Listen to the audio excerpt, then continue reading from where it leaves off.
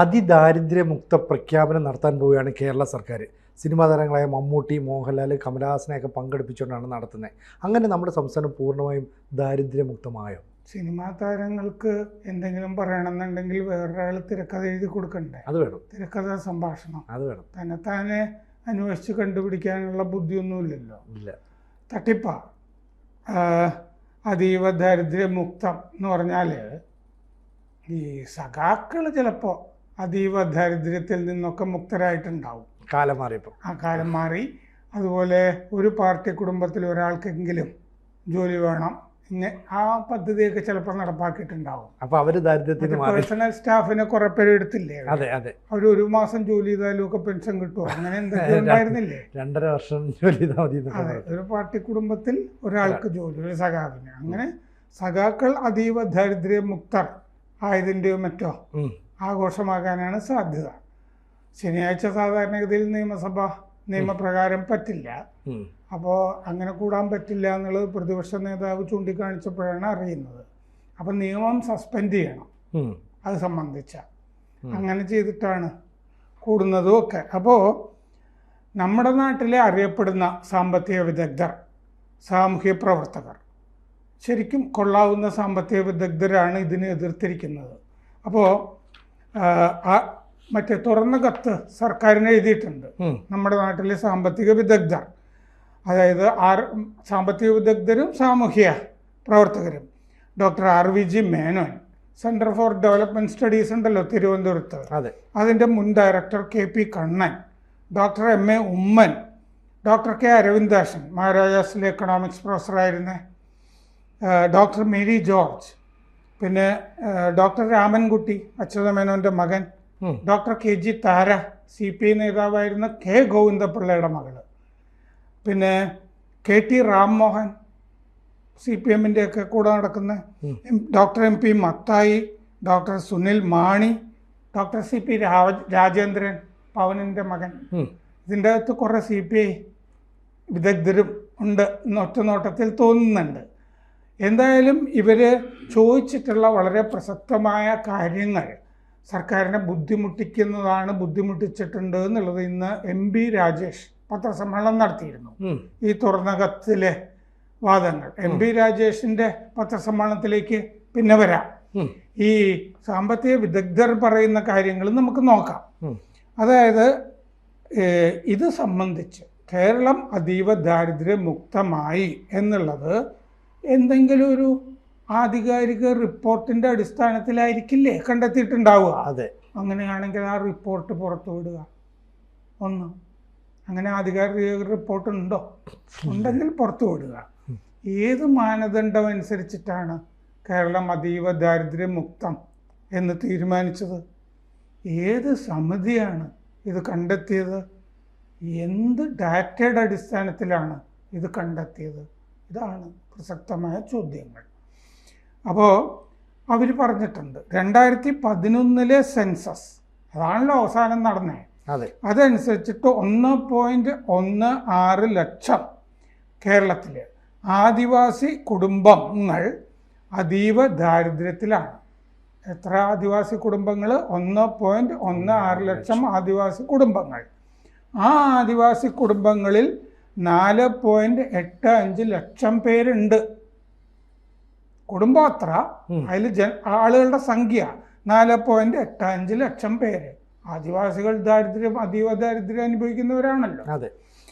പുതിയ കണക്കിൽ സർക്കാർ പറയുന്നത് 6400 പേർ മാത്രം എന്നാണ്.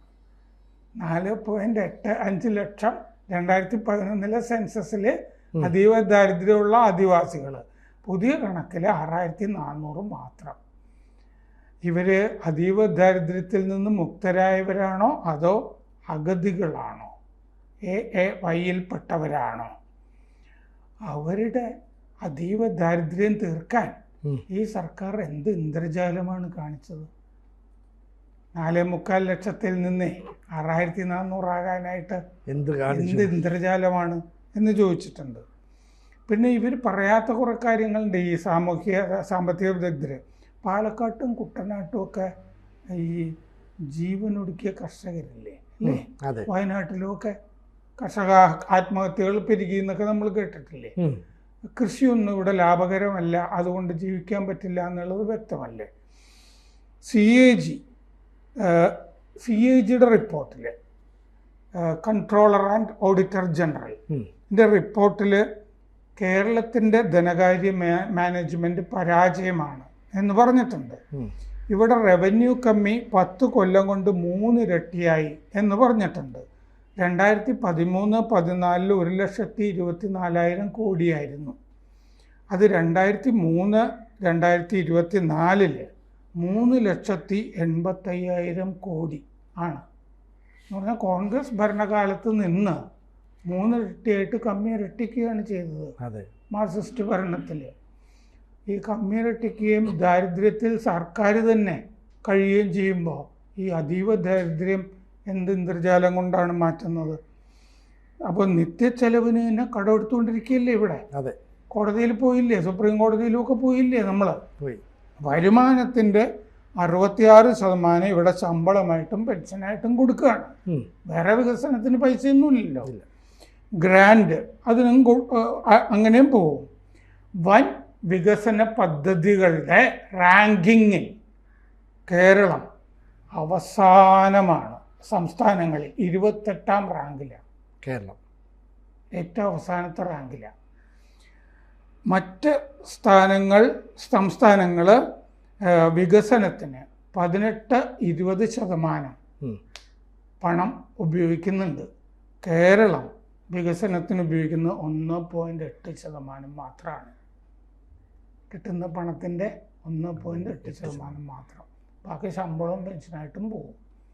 അപ്പോൾ ഈ അതീവ ദാരിദ്ര്യത്തിൽ നിന്ന് ദിവസം 60 രൂപ മാത്രം വരുമാനമുള്ളവരാണ് ദാരിദ്ര്യത്തിൽ ജീവിക്കുന്നവർ.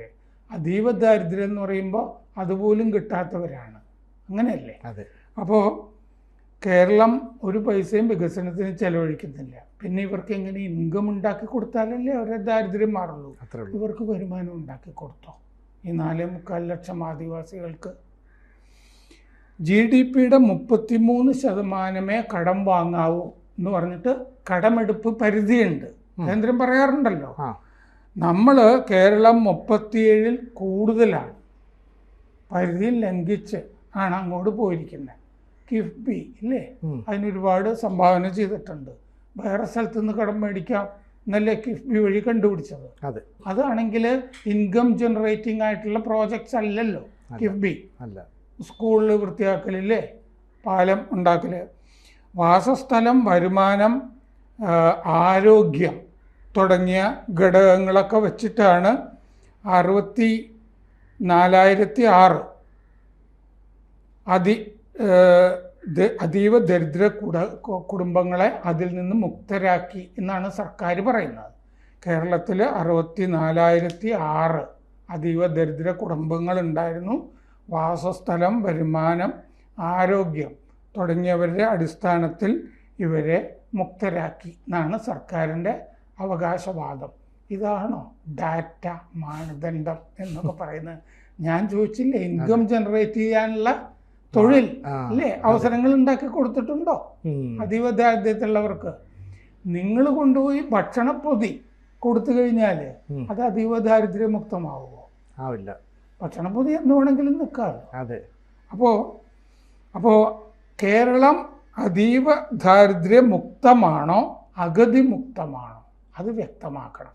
അതാണ് ഈ സാമ്പത്തിക വിദഗ്ധർ ആവശ്യപ്പെടുന്നത്. ഏറ്റവും ദരിദ്രരായ 5.29 ലക്ഷം പേർക്ക് കേരളത്തിൽ ആണ് മഞ്ഞ കാർഡിൽ സൗജന്യമായിട്ട് റേഷൻ കൊടുക്കുന്നത്. ഞാൻ ഒരു ഡാറ്റ പറയുക. കേരളത്തിലെ ഏറ്റവും ദരിദ്രരായ 5.29 ആദിവാസികളുടെ കണക്ക് ഞാൻ വേറെ പറഞ്ഞില്ലേ, 4.25 ലക്ഷം. അല്ലാത്ത മനുഷ്യരുടെ കണക്ക് നമുക്കൊന്ന് നോക്കാം. കേരളത്തിൽ വേറെ ഡാറ്റ ഉണ്ടേ, സർക്കാർ ഡാറ്റ അല്ലാത്തത്. കേരളത്തിലെ ഏറ്റവും ദരിദ്രരായ 5.29 ലക്ഷം പേർക്ക് മഞ്ഞക്കാർഡുണ്ട്. അതനുസരിച്ചിട്ടാണ് സൗജന്യ അരിയും ഗോതമ്പും കൊടുക്കുന്നത്. അവർ ദാരിദ്ര്യത്തിലുള്ളതുകൊണ്ടാണല്ലോ. അപ്പോൾ കേന്ദ്രം സൗജന്യ വിലയ്ക്കാണ് അത് കൊടുക്കുന്നത് മഞ്ഞക്കാർഡുകാർക്ക്. പിന്നെ എങ്ങനെയാണ് ഈ അതീവ ദരിദ്രര് 64,006 മാത്രമാണെന്ന് സർക്കാർ പറയുന്നത്? വേറൊരു ഡാറ്റ അതിനെ ഡിസ്പ്യൂട്ട് ചെയ്യാനായിട്ടില്ലേ? മഞ്ഞ കാർഡ്, അതെ, BPL താഴെ എന്നൊക്കെ പറയാറില്ലേ? അതെ. അപ്പോൾ മഞ്ഞ കാർഡുള്ള അന്ത്യോദയ അന്ന യോജനയുടെ ഗുണഭോക്താക്കൾ നമ്മൾ അതീവ ദാരിദ്ര്യമുക്തം. ഇപ്പോൾ PM ശ്രീ പറഞ്ഞിട്ട് വേറൊരു 450 350 ഇപ്പോൾ ഉടനെ തടഞ്ഞിട്ടില്ലേ? നമ്മൾ അതീവ ദാരിദ്ര്യമുക്തരായി 64,006 പേരെ മുക്തരാക്കിയെന്ന് നമ്മൾ പറയുകയാണെങ്കിൽ മഞ്ഞക്കാടുള്ള അന്ത്യോദയ അന്ന യോജന കേന്ദ്ര പദ്ധതി അതിലെ ഉപഭോക്താക്കൾ ഇല്ലാതായോ? അപ്പോൾ കേന്ദ്രം ഇനി അരി തരണ്ട എന്ന് വന്നോ? അപ്പോൾ കേന്ദ്ര സഹായം ആ മഞ്ഞക്കാർഡിന് കിട്ടുന്നത് ഇനി പോവോ? അല്ലേ? ഇത് പുലിവാല് പിടിക്കുകയാണോ കേരളം ഈ പ്രഖ്യാപനം വഴി? അതിദരിദ്രർ എന്ന് പറഞ്ഞാൽ ഒരു വരുമാനവും, 2 നേരം ഭക്ഷണമില്ല, ഒരു വരുമാനവും ഇല്ല, റേഷൻ കിട്ടിയാൽ തന്നെ പാചകം ചെയ്യാനുള്ള സംവിധാനമില്ല.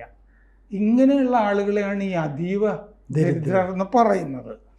അപ്പോൾ ഇത് അല്ലാത്ത ആളുകൾ മറ്റേ അഗതികളാണ്. ഇത്തരം ആളുകളൊക്കെ അഗതികളാണ്. ദിവസക്കൂലി 233 രൂപ കിട്ടുന്ന ആശമാർ അല്ലേ, ആശാ വർക്കർമാരെ പോലുള്ളവർ ദിവസം 233 രൂപ കിട്ടുന്നവരും അതീവ ദാരിദ്ര്യത്തിൽപ്പെട്ടവരല്ലേ എന്നും സാമ്പത്തിക വിദഗ്ധർ ചോദിക്കുന്നുണ്ട്. ഞാൻ എൻ്റെതായ കുറച്ച് കണക്കുകളും ഇതിൻ്റെ അകത്ത് ഉൾപ്പെടുത്തിയിട്ടുണ്ട്. അപ്പോൾ ഈ ചോദ്യങ്ങൾക്ക് ഉത്തരവില്ല. MP രാജേഷ് പത്രസമ്മേളനം നടത്തിയപ്പോൾ പറഞ്ഞത് ഗ്രാമസഭകൾ, പഞ്ചായത്തുകൾ, മുനിസിപ്പാലിറ്റികൾ, നഗരസഭകൾ ഇവർ ഒക്കെ ഉണ്ടാക്കിയ കണക്ക് ആണെന്നാണ്. അതനുസരിച്ചാണ് ഈ പ്രഖ്യാപനം നടത്താൻ പോകുന്നത്. അത് മാർക്സിസ്റ്റ് പഞ്ചായത്തുകളും ഗ്രാമസഭകളും ഒക്കെ കൊടുത്ത കണക്കെന്നല്ലേ അതിൻ്റെ അർത്ഥം? സഖാക്കൾ കൊടുത്ത കണക്കനുസരിച്ചിട്ട് ഞങ്ങൾ പ്രഖ്യാപിക്കുന്നു എന്ന് രാജേഷ് പറഞ്ഞാൽ പോരെ അല്ലേ? അവർ വെച്ച കമ്മിറ്റി, ഇതിനിപ്പോ ഏത് കമ്മിറ്റി എന്ന് ചോദിച്ചില്ലേ?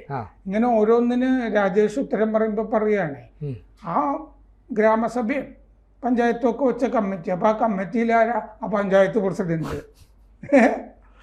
ഗ്രാമസഭാ നേതാവ് അല്ലേ, ഏരിയ സെക്രട്ടറി, ലോക്കൽ. ഇങ്ങനത്തെ സംവിധാനത്തിൽ കൂടി ഉണ്ടാക്കിയ വ്യാജ ഡാറ്റയാണിത്. ഈ 64,006 ഞങ്ങൾ അത്ര പേരെ ഉണ്ടായിരുന്നുള്ളൂ.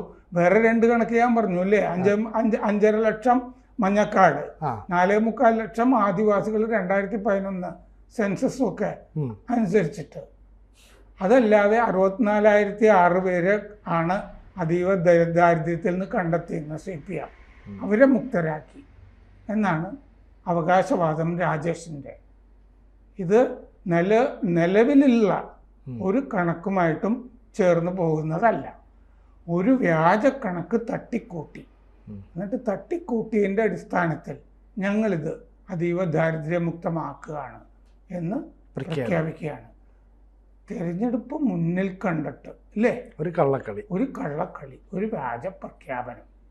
അപ്പോൾ ഇതിനെപ്പറ്റി ബിനോയ് വിശ്വത്തിന് വല്ല അഭിപ്രായം ഉണ്ടോ? നമുക്ക് കാത്തിരിക്കാൻ പറയാം. ദുരൈസ്വാമി രാജയ്ക്ക് വല്ല അഭിപ്രായം ഉണ്ടോ? കൂടുതൽ വാർത്തകളും വിശേഷങ്ങളും നിങ്ങളിലേക്ക് എത്താൻ ABC മലയാളം സബ്സ്ക്രൈബ് ചെയ്യുക, ബെൽ ബട്ടണും അമർത്തുക.